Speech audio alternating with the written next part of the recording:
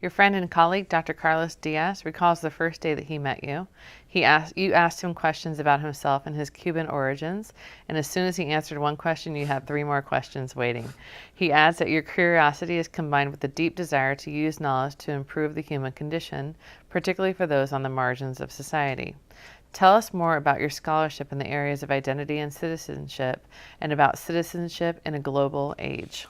Yeah, my latest work deals with citizenship in a global age and trying to, so what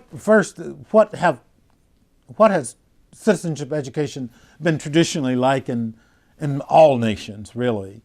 And it has been primarily to make kids, to eradicate their home culture and to make them fit into some, in our case, Anglo-Saxon mode, and to eradicate their culture, what Joel Spring called deculturalization. For example, many Spanish American kids in the Southwest were punished for speaking Spanish. And so that happened in all countries, not just in the US. So what my work has been trying to do is to try to conceptualize ways where nation states can create unity within diversity. We have to, of course, if we have only unity, we have hegemony. And if we have only diversity, we have chaos. Mm-hmm. So the question is, how can nation states create citizens where they both balance unity and diversity? How can we create a nation state where kids can speak Spanish but also become good Americans? And how can we balance that? And what the theory seems to indicate, the kind of work I'm doing, and the kind of work that Will Kemlick is doing in Canada, indicates that not only can kids become effective citizens by maintaining important aspects of their culture, but that actually they can become more effective citizens. That if I can be black and American, I'm a better citizen if you eradicate my blackness, because my blackness is part of my identity. Because you can't tell black kids that they can't speak black English. They may not be able to speak it in certain settings, but they know they can speak it because they'll hear it on church from their minister at church on Sunday. So they'll hear black English. But what we have to help them understand is there are times to speak black English and times when you don't speak black English, that we can be bicultural. So my work is trying to then conceptualize ways that nation states can balance unity and diversity. Not to eradicate kids' culture, not to eradicate kids' language, but to help them. There's research indicating, for example, that if Mexican American kids are helped to strengthen their Spanish, they will learn English more effectively. Mm-hmm. Not to eradicate it, but help them use their Spanish to learn English. So the research is indicating that these dual identities, black and American, can be effective in strengthening the nation state, not weakening it.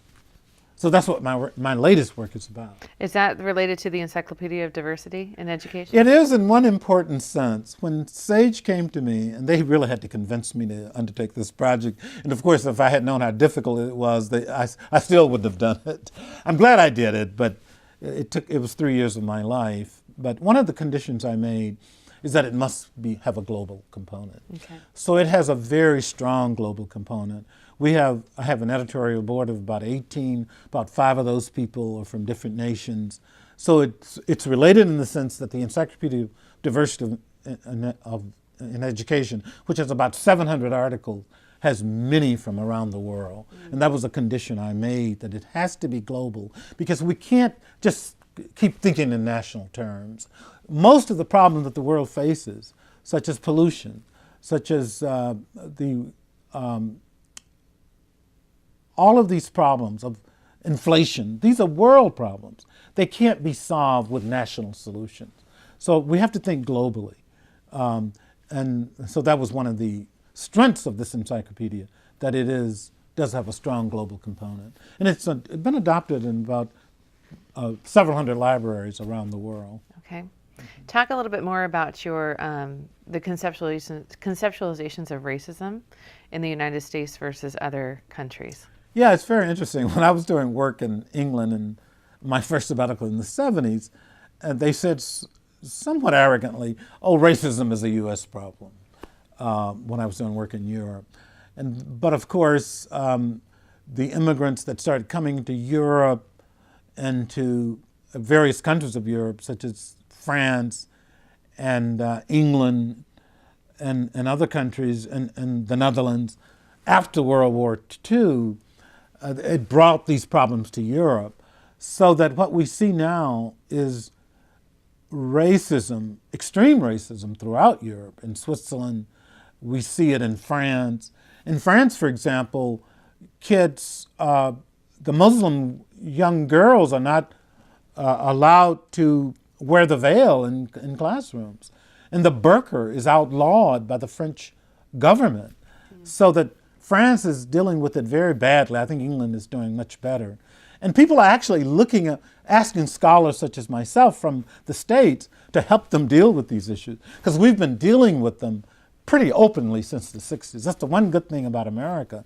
We have our problems, but we air our linen publicly. I mean, we talk about racism and we deal with it pretty openly, whereas many of the other nations had not dealt with it as openly. And many of them are struggling now. We had terrible riots in China about 2 weeks ago among an ethnic group that was feeling very alienated. And it was really a massacre that occurred in China. So that there are problems in these nations all over the world trying to integrate ethnic groups and trying to create a nation state that balances diversity and unity. And in many ways, the United States is ahead of many of the others because we've been dealing with it very openly.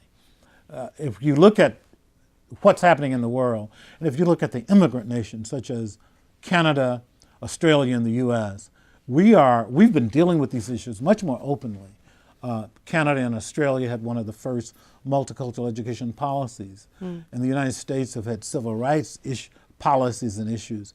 And so in many ways, we're still struggling, of course, but in many ways we're ahead of many of these nations in dealing with these issues because we've been dealing with them openly since the 60s, really. Sure. In your opinion, what are our most pressing issues still in this area as a country? Well, I think class. I think I just read a study the other day that class is in many ways a stronger divider than race in terms of opportunity, in terms of academic achievement. So the class stratification is the new one, I think. For example, if you look at African Americans and if you look at the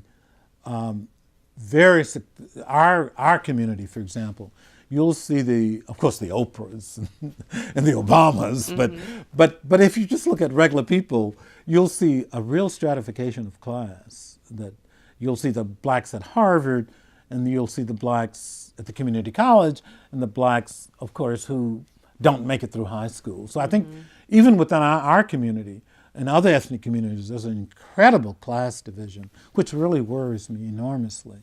And I think within American society, I think the class issue is one of the most troubling issues today.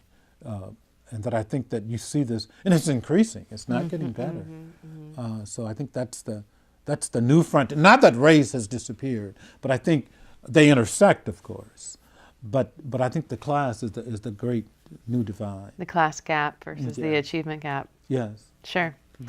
Your extensive publishing career includes to date more than 20 authored or edited books, as well as 60 book chapters and over 100 journal articles. You are also the editor of 2 landmark publications, the Handbook of Research on Multicultural Education and Diversity and Citizenship Education, Global Perspectives, as well as the Multicultural Education series of books published by Teachers College Press. What else would you like to accomplish that you have not yet accomplished? Well, that's a very good question. And I think what I would like to accomplish is to continuing to explore and to learn and grow.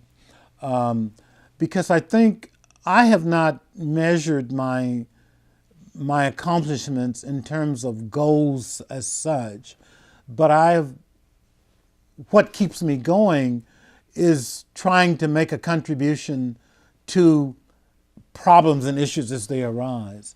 So I think I would just like to continue the work I'm doing, continue to mentor young people, and I have 12 PhD students now. I'd like to see them complete before I leave the University of Washington. But even when I leave the University of Washington, I will continue to think about these issues, continue the struggle, just continue the struggle and continue to try to help those who have less get more, and to contribute to the positive achievement of groups who have not achieved as well. And I think that's going to be with us the rest of my life, and to continue to work and to continue to help solve those issues, which will be with us, I think, for the foreseeable future. What impact has your research had of which you are most proud? Well, that's a good question. I think when I go to China, and they literally treat me like a rock star. And when I go to Korea, I'm asked to sign books, and that's very satisfying to the ego. Sure. And and it always surprises me, the signatures, the book signings, and I think that's sitting here in my home here in Shoreline, Washington. I'm not aware of that. It's only when I travel that I become aware of how other people in other nations view my work, and I'll be leaving for Lisbon in about 2 weeks to go there. That always surprises me when I'm treated like a rock. I'm not treated like a rock star at the University of Washington, but when I get to Korea, particularly in Korea, they really know how to treat you. In China, but it's always humbling and satisfying and surprising. What impact would you like your research still to have? Well, I like for it to continue to, because I think so many of the things I write about haven't happened in reality. That there are still ideals that I hope my students and their students will continue to help those ideas become realities. The 5 dimensions of multicultural education, helping those become realities. So that's a process that will hopefully continue way beyond my lifetime.